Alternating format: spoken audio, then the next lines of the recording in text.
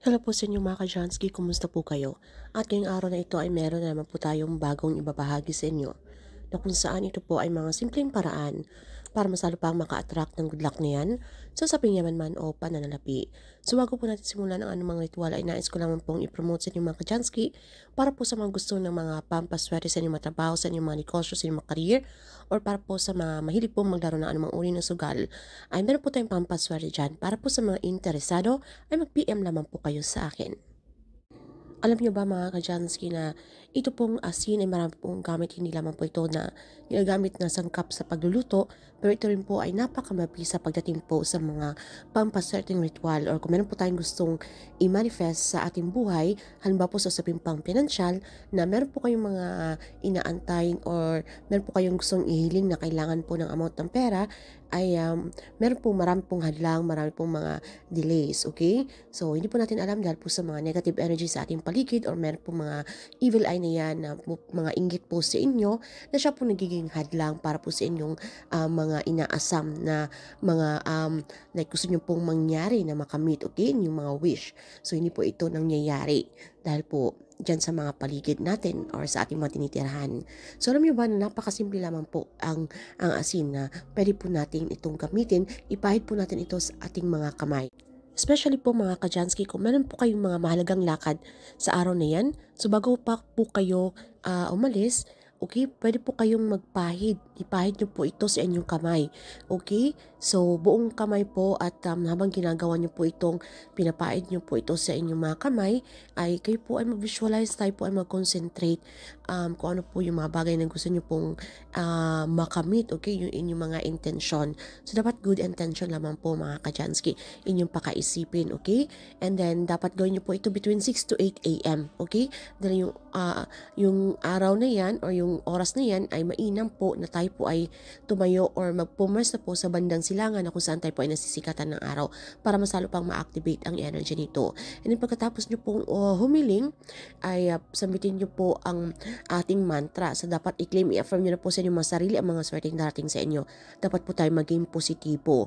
So, dapat wala pong pag-aalinlangan at iwasan po natin yung salitang sana kapag tayo po ay nagsasambit ng ating kahilingan dahil po ang salitang sana ito po ay isang negatibong salita, okay? So, pagkatapos samitin po natin yung ating mantra, thank you universe, now I'm ready to receive the blessings. So, pagkatapos nyo pong magpahid ng asin sa inyong buong kamay mga ka-Jansky, okay? Ito po yung magsisilbing mamatanggal yung mga negative energy na nakakapit dyan para kung ano man po yung ating hawakan, ano po yung ating gawin, ay tayo po ay mas malakas pong mag-attract yung swerte na yan, okay? So, ito po ay mainam na panlaban. Dahil hindi po natin alam kapag tayo po ay umalis ng bahay, ay marami po tayong mga nakakasalamuha, okay? Iba't ibang pong tao.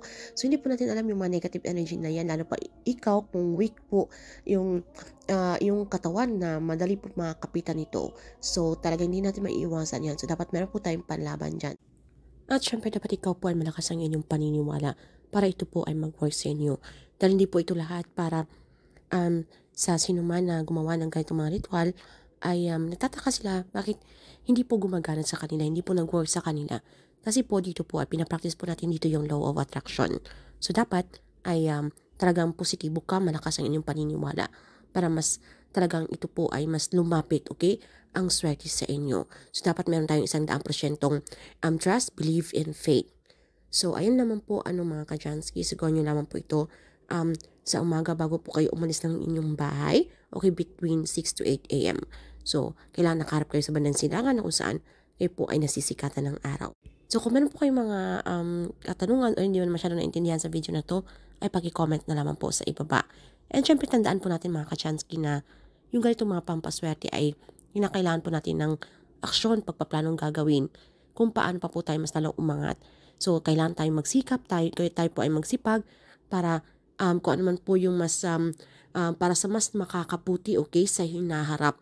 Hindi po ito yung tipong tayo na lang po ay walang gagawin, tatamad na lang po tayo dahil meron po tayong pampaswerte at nag-aantay lang tayo ng grasya. Hindi po ito ganun.